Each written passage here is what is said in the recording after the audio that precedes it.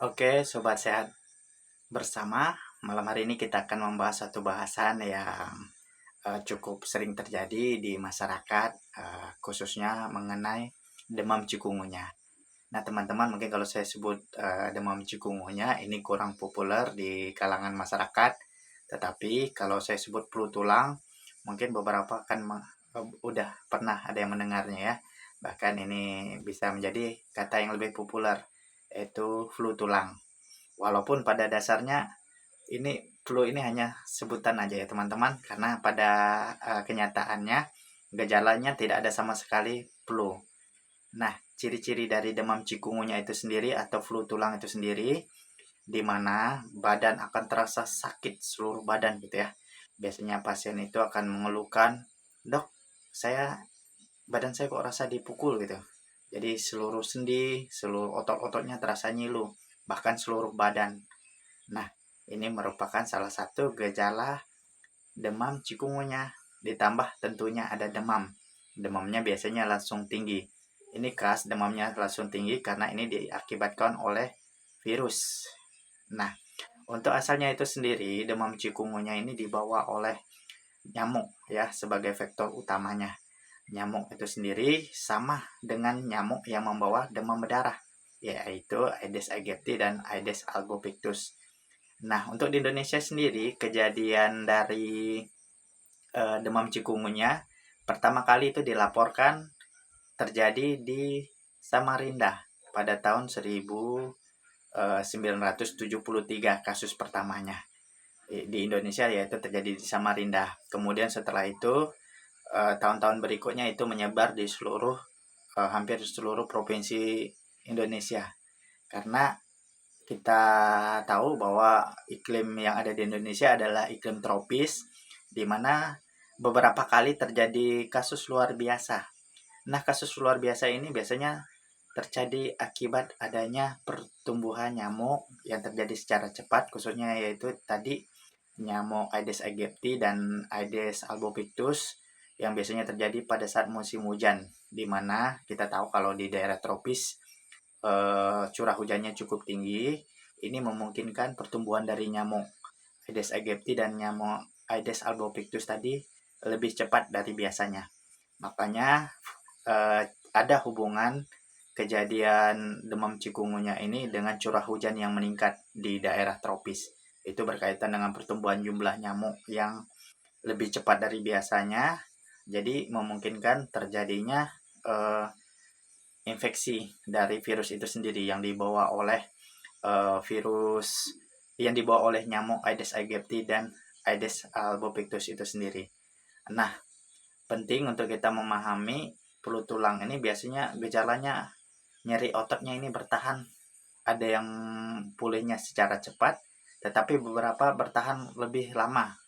Dengan rentang ada 3 hari sudah berkurang, 1 minggu sudah berkurang, tetapi ada beberapa yang berbulan-bulan untuk nyeri ototnya. Jadi sifatnya permanen. Atau bahkan beberapa kasus, tapi ini sangat jarang dilaporkan, ada beberapa kasus yang terjadi kelumpuhan akibat dari infeksi dari demam cikungunya itu sendiri. Nah, bagaimana cara kita mengatasi terjadinya demam cikungunya ini sendiri? Hampir seperti mengatasi demam berdarah, karena vektornya adalah nyamuk, dibawa oleh nyamuk. Jadi pemberantasan yang perlu dilakukan adalah pemberantasan sarang nyamuk, di mana jika di lingkungan kita terdapat bak-bak yang terisi air, walaupun itu air bersih, karena tempat tinggal dari nyamuk Aedes aegypti dan Aedes albopictus ini justru cenderung di penampungan-penampungan air bersih. Jadi jika Bapak Ibu memiliki penampungan air bersih, khususnya sedapat mungkin ditutup supaya tidak menjadi tempat bertelurnya nyamuk itu sendiri. Kemudian jika ada barang-barang bekas, kaleng, kemudian ember, semuanya yang ada di luar, air yang ada di dalamnya ditumpahkan, yaitu dengan tidak menampung air di tempat-tempat yang terbuka, kemudian mengubur barang-barang bekas yang berisiko untuk diisi oleh air hujan yang nantinya akan digunakan oleh nyamuk Aedes aegypti dan Aedes albopictus sebagai tempat bersarang dan mengeluarkan telur-telurnya. Kemudian perlu diperhatikan memang terdapat perbedaan khusus antara demam cikungunya dan demam berdarah, walaupun nyamuknya sama-sama disebabkan oleh nyamuk Aedes aegypti dan Aedes albopictus, di mana untuk membedakannya kita perlu memeriksakan hasil laboratorium. Ini biasanya dikonsultasikan ke dokter atau ke layanan kesehatan setempat supaya kita dapat membedakan apakah ini akibat demam berdarah atau akibat dari demam cikungunya itu sendiri. Walaupun secara ciri-cirinya memang terdapat perbedaan, di mana kalau pada demam cikungunya itu tadi khasnya tadi demamnya juga tinggi, tapi yang paling menonjol ciri-cirinya adalah badan itu terasa pegal-pegal, hampir seluruh badan terasa pegal-pegal. Kemudian biasanya sendi-sendinya juga terasa sakit dan seluruh badan terasa sakit. Sedangkan kalau pada demam berdarah itu ada fase demamnya. Biasa 3 hari pertama demam itu akan tinggi, di hari keempat akan cenderung turun. Tetapi biasa gejala klinis yang sering ditampakkan pada demam berdarah yaitu mimisan kalau pada kasus yang lebih tinggi. Yang kedua biasanya gusi berdarah, bahkan biasanya BAB-nya hitam. Nah ini yang perlu diwaspadai. Dan perdarahan pada hidung atau mimisan itu wajib diperiksakan dan lebih tepatnya dilakukan pemeriksaan di laboratorium dengan saran dari dokter atau tenaga kesehatan lainnya untuk membedakan apakah ini demam cikungunya atau demam berdarah. Jadi penting jika Bapak Ibu mengalami demam cikungunya khususnya minum air yang cukup dengan makan yang bergizi saja tidak cukup. Jadi perlu tambahan vitamin dan mineral lainnya. Jadi perlu konsultasikan ke tenaga kesehatan. Beberapa kasus bisa hanya ditangani dengan pemberian makan minum yang cukup, tapi pada beberapa kasus lainnya perlu penambahan obat seperti antipiretik atau untuk mengurangi demam, analgesik untuk mengurangi rasa nyeri. Dan ini biasanya tidak memerlukan antibiotik selama tidak ada komplikasi infeksi lainnya. Jadi perlu dipahami bahwa demam cikungunya ini bisa bersifat menular gitu ya, dan bisa lebih dari satu orang yang mengalaminya. Itu tadi karena faktornya melewati nyamuk.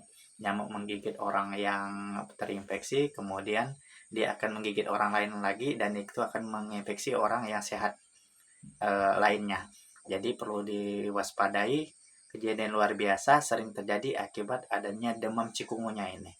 Tapi tenang, jika penanganannya dapat dilaksanakan atau dilakukan lebih awal, biasanya atau prognosis atau harapan sembuhnya lebih baik. Nah, jadi jika Bapak Ibu mengalami gejala-gejala seperti pegal-pegal disertai dengan demam tinggi, biasanya tanpa ada batuk pilek. Jadi bisa dicurigai, jangan-jangan Bapak Ibu mengalami demam cikungunya. Nah itu saja yang saya bisa sharing mengenai demam cikungunya dan bagaimana cara membedakannya dengan demam berdarah. Terima kasih, sampai jumpa di materi-materi kita selanjutnya. Jika ada yang ingin bertanya silahkan komen di kolom komentar. Saya akan jawab sebisa yang bisa saya dapat berikan jawabannya. Tapi jangan jadikan bahan yang dari saya ini sebagai rujukan medis. Tapi ini bisa dijadikan sebagai pertimbangan kesehatan. Terima kasih. Salam sehat semuanya.